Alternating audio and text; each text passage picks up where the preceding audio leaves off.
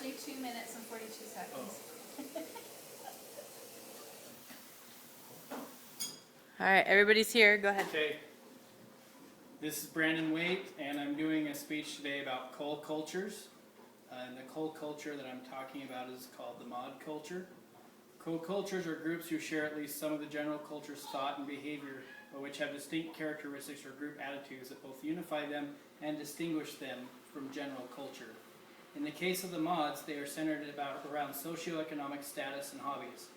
The distinct characteristics of mods are mainly three things: fashion, vehicles, and music.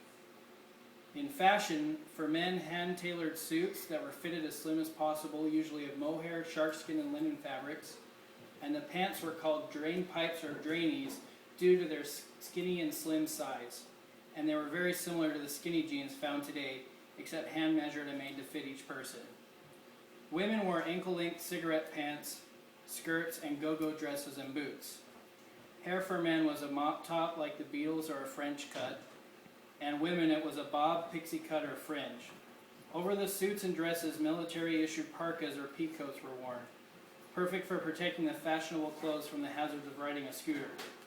The mods traveled on scooters and in small cars such as Volkswagens or Austin Minis. This is because they were inexpensive, and mods would rather spend money on music, clothes, and drugs.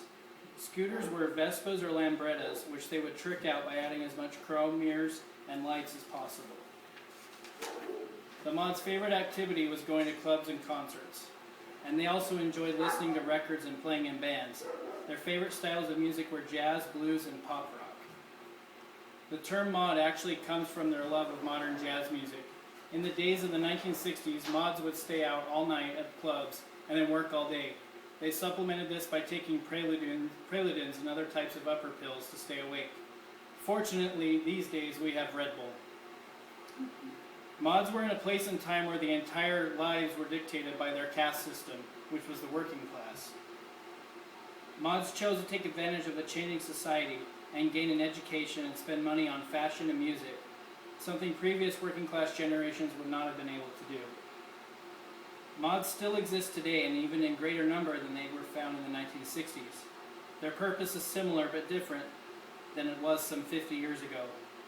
Still regulating with socioeconomic status and hobbies, a mod can still be identified by fashion, vehicles, and music, with some small distinctions from the past. Fashion, largely this has stayed the same. Mods of today wear vintage styles and seek clothing that is either vintage replicas from the 1960s or the coveted true vintage.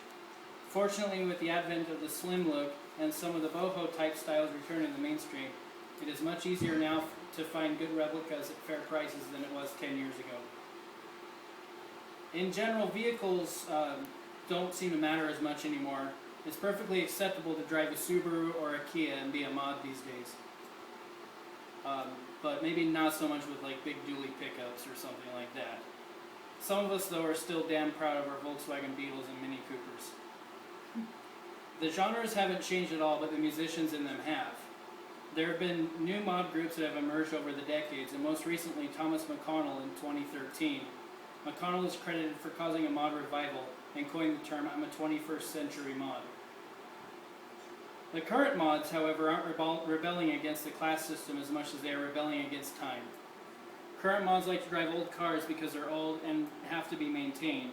They like to listen to their music on a record player and would much rather spend time developing photographs in a darkroom or learning a new song on the guitar than watch a reality show, play video games, or hang out on social media.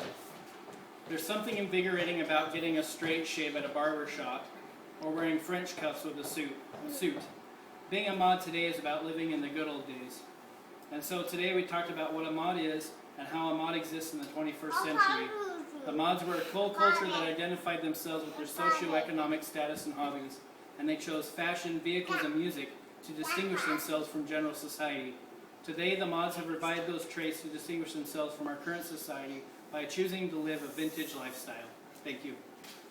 Just about a little more than 5 minutes. Huh? It was a little more than 5 minutes. Oh, good. I'll get an F.